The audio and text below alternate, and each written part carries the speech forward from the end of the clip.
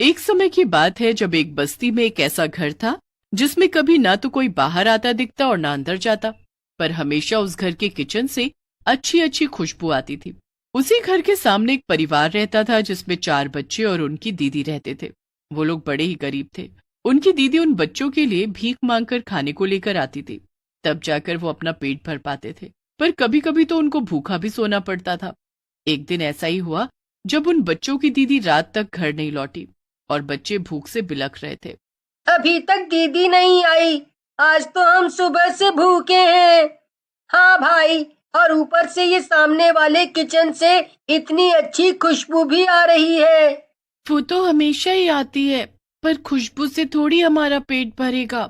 हाँ सही बात है, अब तो दीदी के आने का इंतजार करो बस।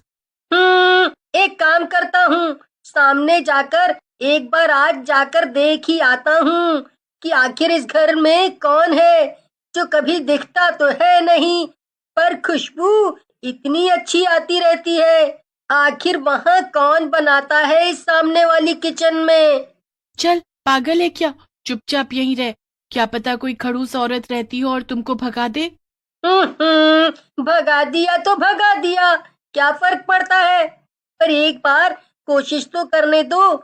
सोचो, अगर उन्होंने कुछ खाने को दे दिया तो दीदी तो हमेशा वही रोटी सब्जी देती है।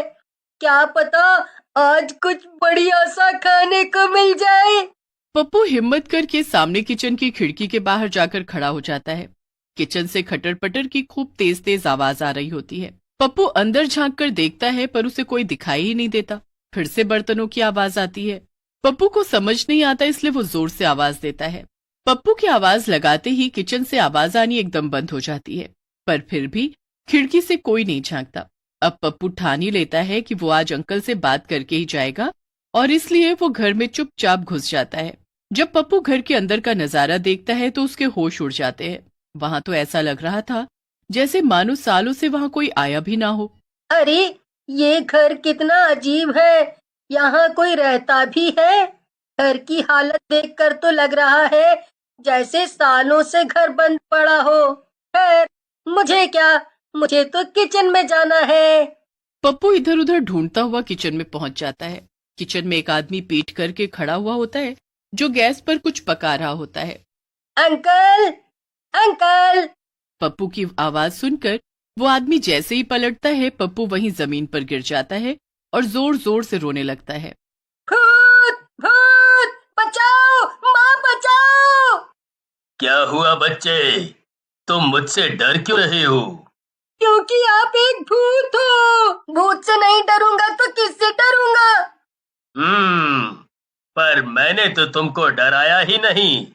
नहीं नहीं, आपने मुझे अभी डराया है। प्लीज मुझे जाने दो। पर मैंने तो तुमको रोका भी नहीं है। तुम मुझसे डरो मत। मैं तुमको कोई नुकसान नहीं पहुंचाऊंगा। नुकसान नहीं पहुंचाओगे? ऐसा कैसे हो सकता है? भूत तो इंसान को मार देते हैं और उनको खा भी जाते हैं। हाँ, पर वो बुरे भूत होते हैं। मैं बुरा भूत नहीं हूँ, और मैं तुमको क्यों खाऊंगा? देखो, मेरे किचन में देखो कि वहाँ कितना कुछ है खाने को। तो मैं तुमको या किसी को भी क्यों खाऊंगा? क्या? सच में?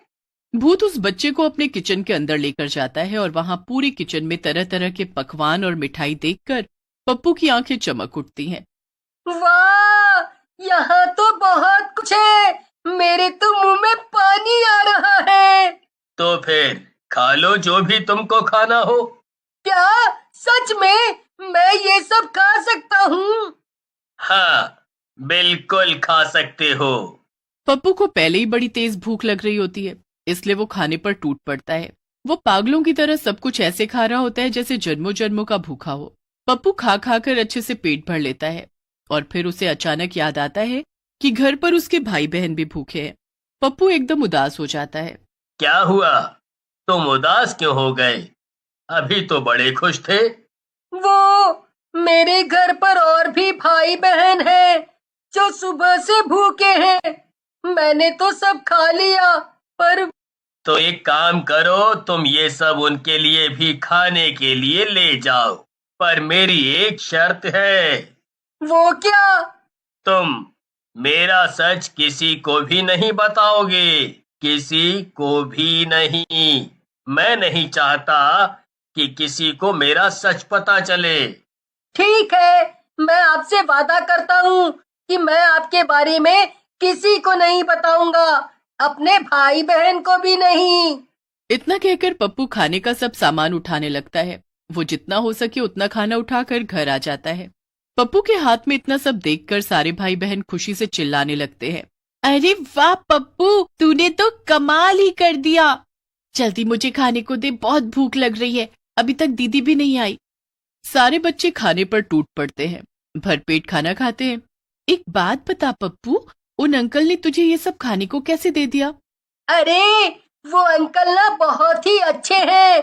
वो पहले मुझे किचन में ले गए और फिर वहां ये सब देखकर मैं तो हैरान रह गया। फिर उनको जैसे ही मैंने बताया कि मैं सुबह से भूखा हूँ, तो उन्होंने मुझे बड़े प्यार से बोला कि जो खाना है खा लो। अरे वाह, इतने अच्छे अंकल हमारे घर के सामने रहते हैं और हम कभी उनसे मिल भी नहीं पाए। चलो हम उनको थैंक यू बोलकर आते हैं। नहीं नहीं, बिल्कुल नहीं, वहां कोई मत जाना, समझे? अरे पर क्यों? वो अंकल कोई जरूरी काम कर रहे हैं, उनको गुस्सा आ गया तो फिर दोबारा कभी ये सब खाने को नहीं देंगे। नहीं नहीं, फिर वहां कोई नहीं जाएगा। अब बहुत रात में बच्चों की बड़ी दीदी घर आती है और घर में इतना सब देखकर बड़ी हैरान होती है। फिर पप्पू उनको सारी कहानी सुनाता है। दीदी बड़ी खुश हो जाती है और वो भी मजे से खाना खाती है। अब अगले दिन जब बच्चों की दीदी फिर से भीख मांगने जा रही होती है, तो पप्पू उनको रोक लेता है। अरे भीख नहीं मांगूंगी तो तुम सबका पेट कैसे भरेगा? पप्पू इतनी जिद करता है कि उसकी दीदी उस दिन कहीं नहीं जाती और घर ही रुक जाती है। दिन में बच्चे रात का बचा हुआ खाना ही खा लेते हैं, पर फिर शाम होने लगती है। दिन में तो हमने पेट भर लिया, पर अब बता हम रात को क्या खाएंगे? आप चिंता मत करो, वो सामने अंकल है ना, मैं उनके घर जा रहा हूँ और वहां से ढेर सारा खाना ले आऊंगा। ये बोलकर पप्पू जल्दी से भागता है और भूतिया किचन की खिड़की पर खड़ा होकर आवाज देने लगता है। पप्पू की आवाज सुनकर भूत खिड़की पर आकर खड़ा हो जाता है। आ गए तुम? जी भूत अंकल, मैं आ गया। घर पर सब भूखे बैठे हैं, मैंने आज दीदी को जाने ही नहीं दिया, बोला कि मैं खाना ले आऊंगा। ये तो तुमने बिल्कुल सही किया। इस भूतिया किचन में कभी भी खाना खत्म ही नहीं होता। मुझे खाना बनाना बहुत पसंद है, इसीलिए तुम कभी भी आकर इस भूतिया किचन से खाना ले जा सकते हो। ठीक है भूत अंकल, पर क्या मैं आपसे एक बात पूछूं? हाँ बेटा, पूछो। आप भूत कैसे बन गए? अरे बस ये भी एक कहानी है। मैं मरने से पहले एक बहुत बड़े होटल में शेफ हुआ करता था, पर एक दिन होटल में आग लग गई और मैं मर गया। मेरा हमेशा से सपना था कि मैं अपना रेस्टोरेंट खोलूं, जिसमें हफ्ते में एक दिन मैं गरीब लोगों को मुफ्त में खाना खिलाऊं, पर सब सपना ही रह गया। ये तो बड़े दुख की बात है। भूत फिर अपने भूतिया किचन से पप्पू को ढेर सारा खाना दे देता है, जिसे लेकर वो घर आ जाता है और सब भाई बहन मिलकर भरपेट खाना खाते हैं और सो जाते हैं। फिर एक दिन पप्पू की तबीयत बहुत ज्यादा खराब हो जाती है। उसे बहुत तेज बुखार हो जाता है। पप्पू को तो तेज बुखार है, वो अभी तक सो रहा है। एक काम करो, तुम में से कोई और जाकर खाना ले आओ। एक काम करती हूँ दीदी, मैं जाकर खाना ले आती हूँ। ठीक है, तुम चली जाओ और राजू को साथ ले जाओ। पिंकी और राजू सामने वाले घर में घुस जाते हैं और घर की हालत देख उनकी आंखें भी फटी की फटी रह जाती हैं। ये कैसा डरावना घर है, चलो यहाँ से। दोनों भाई बहन वापस घर आने ही लगते हैं कि तभी उन्हें पीछे से भूत की आवाज आती है। राजू और पिंकी जैसे ही पीछे मुड़ते हैं वैसे ही वो चीखना शुरू कर देते हैं। भूत भूत भूत, भागो यहाँ से जल्दी। भूत फिर उन दोनों को पूरी कहानी बताता है। भूत को पप्पू के बारे में सुनकर बड़ा दुख लगता है। वो उन बच्चों की मदद करने की सोचता है और फिर सब बच्चों को उसी घर में बुलाता है। पहले सब बच्चे डरते हैं, पर उन्हें समझ आ जाता है कि वो भूत उनकी मदद करना चाहता है। भूत उन बच्चों की दीदी को सारी डिश बनाना सिखा देता है जो बड़े बड़े होटल में बनती है। वो लड़की रोज भूत से उस भूतिया किचन में सब बनाना सीख जाती है और फिर वो भूत उसका रेस्टोरेंट खोलने में भी मदद करता है जिसका नाम वो भूतिया किचन रख।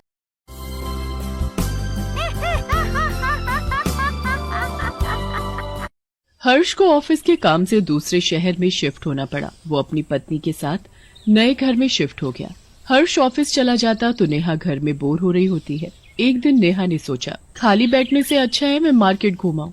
सुना है यहाँ की मार्केट बहुत ही अच्छी है, घूमना भी हो जाएगा और घर के लिए सामान भी आ जाएगा। नेहा मार्केट जाती है। वहाँ पहुँचते ही नेहा को दुकान में एक पुरानी सी अलमारी दिखाई देती है। नेहा को एंटीक सामान खरीदने का बहुत शौक था। बहुत ही सुंदर है ये अलमारी, इसे तो मैं जरूर खरीदूंगी। नेहा दुकान में जाती है और वो अलमारी खरीद कर अपने घर ले आती है। हर्ष भी ऑफिस से घर आ जाता है। नेहा, मैं बहुत थक गया हूँ। आज ऑफिस में बहुत काम था। आप ऐसा करिए कपड़े बदल कर आइए जब तक मैं खाना लगाती हूँ। हर्ष अपने रूम में कपड़े बदलने जाता है। वहाँ वो पुरानी अलमारी देखकर उसकी चीख निकल जाती है। नहीं, ये कैसे हो सकता है? क्या हुआ आपको? चीखे क्यों? और ये क्या बड़बड़ा रहे हो? तुम पसीना पसीना हो रहे हो, क्या बात है? तबीयत तो ठीक है ना तुम्हारी? ये इतनी बेकार अलमारी कहाँ से ले आई तुम? इसे अभी निकालो इस घर से। एक मामूली से अलमारी के पीछे तुम इतना गुस्सा क्यों कर रहे हो? तुम्हें पता है ना जितनी पुरानी चीज हो वो मुझे उतनी पसंद है। आज मैं मार्केट गई थी, वहाँ मैंने ये अलमारी देखी, मुझे बहुत पसंद आई तो खरीद ली। अपने और तुम्हारे कपड़े इस अलमारी में रख भी दिए। मेरे सभी कपड़े अभी इस अलमारी से निकालो, मुझे ये बिल्कुल पसंद नहीं। इतना बोलकर हर्ष चुपचाप सो जाता है और खाना भी नहीं खाता। रात बहुत हो जाती है। हर्ष और नेहा सोए होते हैं। तभी उस अलमारी से खटखट की आवाज आती है। आवाज से नेहा की आंख खुल जाती है। ये आवाज कैसी? अभी थोड़ी देर पहले तो बहुत जोर से आ रही थी आवाज, अब अचानक बंद भी हो गई। नेहा सो जाती है। अलमारी से फिर आवाज आती है, अब के किसी के रोने की, जैसे कोई छोटी बच्ची रो रही हो। ये क्या?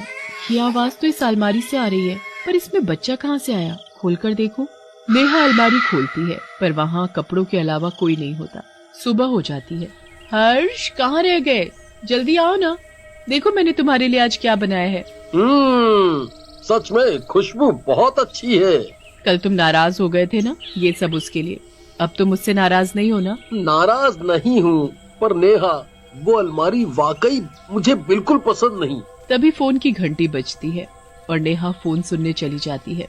हर्ष टेबल पर बैठकर नाश्ता कर ही रहा होता है कि उल्टे पैर से चलते हुए हर्ष के सामने एक चुड़ैल बच्ची खड़ी हो जाती है। उसे देखकर हर्ष बहुत डर जाता है। मुझे मत मारो, मुझे माफ कर दो। चुड़ैल चुपचाप सारी खीर खा जाती है। मुझे छोड़ दो, मुझे माफ कर दो। नेहा, मुझे बचाओ। क्या हुआ? तुम चिल्लाई क्यों और इतना पसीना पसीना क्यों हो रहे हो? नेहा के आते ही वो चुड़ैल वहाँ से चली जाती है। वो अलमारी, वो चुड़ैल। क्या बड़बड़ा रहे हो? कहाँ है चुड़ैल? देखो, मुझे डराने की कोशिश मत करो, मैं तुम्हारी बातों में नहीं आने वाली। तुम सोच रहे हो कि तुम मुझे डराओगे तो मैं डर से अपनी अलमारी फेंक दूंगी, ऐसा मैं नहीं करने वाली। नेहा हर्ष की बिल्कुल नहीं सुनती। अगले दिन नेहा किचन में काम कर रही होती है। तभी उसे अंदर कमरे से बच्ची के खेलने की आवाज आती है। ये आवाज कैसी? हमारे घर में तो बच्चा नहीं है, फिर ये कैसी आवाज? नेहा के आते ही वो चुड़ैल अलमारी में छुप जाती है। आवाज तो यहीं से आ रही थी, पर यहाँ तो कोई नहीं है। मुझे अच्छे से याद है मैंने अलमारी अच्छे से बंद की थी, फिर उसे किसने खोला? नेहा अलमारी में झांक कर देखती है, वहाँ कोई नहीं होता। तभी उसकी नजर अंदर की तरफ बने लॉकर पर जाती है। ये क्या? ये तो लॉकर है। ये लॉकर मुझे पहले क्यों नहीं दिखा? खोलकर देखती हूँ इसे। नेहा से वो लॉकर नहीं खुलता, इसलिए वो उसी दुकान पर जाती है जहाँ से उसने अलमारी खरीदी थी। भैया, कुछ दिन पहले जो अलमारी मैंने आपसे खरीदी थी उसका लॉकर नहीं खुल रहा। पर बहन जी, उस अलमारी में तो कोई लॉकर नहीं है। मैं क्या झूठ बोल रही हूँ? मैंने खुद देखा है उस लॉकर को। महीनों से वो अलमारी यहाँ खड़ी है, हमें तो कभी कोई लॉकर नहीं दिखा उसमें। अगर ये सच बोल रही है तो हो सकता है उसमें कोई खजाना छुपा हो। दुकानदार नेहा के साथ उसके घर जाता है और लॉकर को खोलने की कोशिश करता है, पर वो लॉकर नहीं खुलता। बहन जी, घंटों हो गए इसे खोलते खोलते, पर ये लॉकर तो टस से मस नहीं हुआ। रात भी होने वाली है। इतना बोलकर दुकानदार वहां से चला जाता है। सुबह होते ही उस दुकानदार की लाश सड़क किनारे पड़ी होती है, जैसे किसी खूंखार जानवर ने उसे नोच कर खाया हो। ओहो, ये अलमारी वाला अभी तक नहीं आया। क्या हुआ, क्यों बड़बड़ा रही हो? देखो ना, मैंने अलमारी का लॉकर खोलने के लिए उसी दुकानदार को बुलाया था जिससे मैंने ये अलमारी खरीदी थी, पर वो लॉकर जब वो नहीं खुल रहा तो उसे क्यों जबरदस्ती खोल रही हो? वो नहीं खुलेगा तुमसे। तुम्हें कैसे पता नहीं खुलेगा? तुमने लॉकर तो क्या अलमारी के अंदर झांक कर भी कभी नहीं देखा, फिर तुम कैसे कह सकते हो? वो ऐसे ही। अच्छा सुनो, आज तुम्हारी ऑफिस की छुट्टी है ना? मैं जरा अपनी सहेलियों से मिलाऊं, बहुत दिन हो गए उनसे मिले बिना। मैं अकेला यहाँ नहीं रुकूंगा। हाँ, आज तुम मुझे बता ही दो कि आखिर बात क्या है। जब से मैं ये अलमारी लाई हुई हूँ तुम डरे डरे से रहते हो। कुछ नहीं, तुम जाओ। नेहा वहाँ से चली जाती है। उसके जाते ही हर्ष की नजर सिर्फ अलमारी पर थी। वो सोफे पर बैठा था और बैठे बैठे ही उसकी आंख लग जाती है। तभी अलमारी से एक चुड़ैल बच्ची निकल कर आती है, बाल बिखरे हुए, आंखें लाल। वो चुड़ैल हर्ष पर जाकर बैठ जाती है। मैं तुझे मार दूंगी। छोड़ दो मुझे, मुझसे गलती हो गई, मुझे माफ कर दो। अब माफी मांगने से कोई फायदा नहीं, मैं बदला लेने आई हूँ। तुम्हें लिए बिना मैं यहाँ से जाने वाली नहीं। कोई है, कोई मुझे बचाओ। तुम्हें बचाने यहाँ कोई नहीं आएगा। तभी चुड़ैल हर्ष को अलमारी के पास ले जाती है और अलमारी में फेंक कर उसे बंद कर देती है। हर्ष चीखने लगता है। चुड़ैल बाहर खड़ी खड़ी जोर जोर से हंस रही होती है। मेरा बदला पूरा हुआ, मेरा बदला पूरा हुआ। मुझे बचाओ, प्लीज मुझे बचाओ, मेरा दम घुट रहा है, मुझे यहाँ से बाहर निकालो। हर्ष अलमारी में बंद हो चुका था। कुछ घंटों बाद नेहा घर लौटती है। हर्ष, हर्ष, कहाँ हो तुम? ये हर्ष कहीं दिखाई क्यों नहीं दे रहे? बिना बताए आखिर कहाँ जा सकते हैं? हो सकता है बाहर गए हो किसी काम से। तभी नेहा अलमारी से अपने कपड़े निकालती है तो अलमारी नहीं खुलती। ये अलमारी को क्या हुआ? खुल क्यों नहीं रही? अभी तक तो बिल्कुल ठीक थी। अचानक इसे क्या हो गया? फिर से जोर लगाकर खोलती हूँ। अलमारी खुल जाती है। अलमारी के खुलते ही हर्ष उसमें से नीचे आकर गिर जाता है। हर्ष, हर्ष, तुम्हें क्या हुआ? तुम अलमारी में क्या कर रहे थे? ये तो कुछ बोल ही नहीं रहे, शायद बेहोश हो गए। मैं डॉक्टर को बुलाती हूँ। दम घुटने की वजह से बेहोश है और कुछ नहीं। अगर थोड़ी देर और हो जाती तो तुम्हारे पति की जान बचाना मुश्किल था। खैर, होश आते ही ये दवाइयाँ इन्हें खिला देना। अब मैं चलता हूँ। आपका बहुत बहुत शुक्रिया डॉक्टर। नेहा डॉक्टर को बाहर तक छोड़ने चली जाती है। जब वो वापस आती है तो क्या देखती है? एक चुड़ैल हर्ष के ऊपर बैठी है। हर्ष, हर्ष! नेहा, मुझे बचाओ, मुझे बचाओ नेहा। छोड़ दो मेरे पति को, उन्हें मत मारो। मैंने तो तुम्हें अलमारी में बंद कर दिया था, फिर तुम बच कैसे गए? पर अब नहीं बचोगे, मैं तुम्हें मार दूंगी, वो भी तड़पा तड़पा कर, जैसे तुमने मुझे मारा था। ये तुम क्या बोल रही हो? धोखा, इसने धोखा किया है तुम्हारे साथ भी। नेहा, तुम इस चुड़ैल की बातों में बिल्कुल मत आना। ये चुड़ैल है, कुछ भी बोले जा रही है। हर्ष, तुम चिंता मत करो, मैं अभी कुछ करती हूँ। तेरी इतनी हिम्मत, मुझसे चली उलझने तो ले। तभी चुड़ैल अपनी शक्ति से नेहा को दूर फेंक देती है। नेहा सीधा दीवार से टकरा कर नीचे गिर जाती है। ये चुड़ैल ऐसे नहीं छोड़ेगी मेरे पति को, मुझे कुछ और करना पड़ेगा। हाँ, मैं जल्दी से उस तांत्रिक बाबा को ले आती हूँ जो उस सड़क किनारे बनी झोपड़ी में रहते हैं। जल्दी से जाकर नेहा तांत्रिक बाबा को अपने साथ ले आती है। ऐ चुड़ैल, इसे छोड़ दे, नहीं तो अच्छा नहीं होगा तेरे साथ। तू मेरा कुछ नहीं बिगाड़ सकता, मैं चुड़ैल हूँ, कोई इंसान नहीं। तांत्रिक बाबा कुछ मंत्र पढ़ते हैं चुड़ैल को भगाने के लिए। ए तांत्रिक, तू हमारे बीच में मत आ। जब तक मैं अपना बदला नहीं लूंगी तब तक मैं यहाँ से जाने वाली नहीं। कोई भी इस चुड़ैल की बातों में मत आना। तुम बार बार एक ही बात क्यों बोल रही हो कि बदला लेना है? वो अलमारी देख रही हो, उसका लॉकर खोलो, सब पता चल जाएगा। पर वो लॉकर तो खुल ही नहीं रहा। अब खुलेगा, जाकर खोलो। जैसे ही नेहा लॉकर को हाथ लगाती है, लॉकर अपने आप खुल जाता है। पर अंदर का नजारा देख नेहा चौंक जाती है और वहाँ से पीछे हट जाती है, क्योंकि उसमें एक फटी पुरानी गुड़िया और किसी इंसान की हड्डियां पड़ी थी। ये मेरी ही हड्डियां हैं और ये कोई और नहीं मेरे पापा हैं। मुझे इसने मारकर और मेरे टुकड़े टुकड़े करके इस लॉकर में छुपा दिया। मुझे धोखे में रखा, आखिर क्यों? हर्ष, तुमने ये अच्छा नहीं किया। तुमने खून किया है अपनी बेटी का। मैं अभी पुलिस को बुलाती हूँ। नेहा पुलिस को फोन करने जाती है। तभी चुड़ैल उस अलमारी को गिरा देती है। अलमारी के नीचे आकर हर्ष तड़प तड़प कर मर जाता है।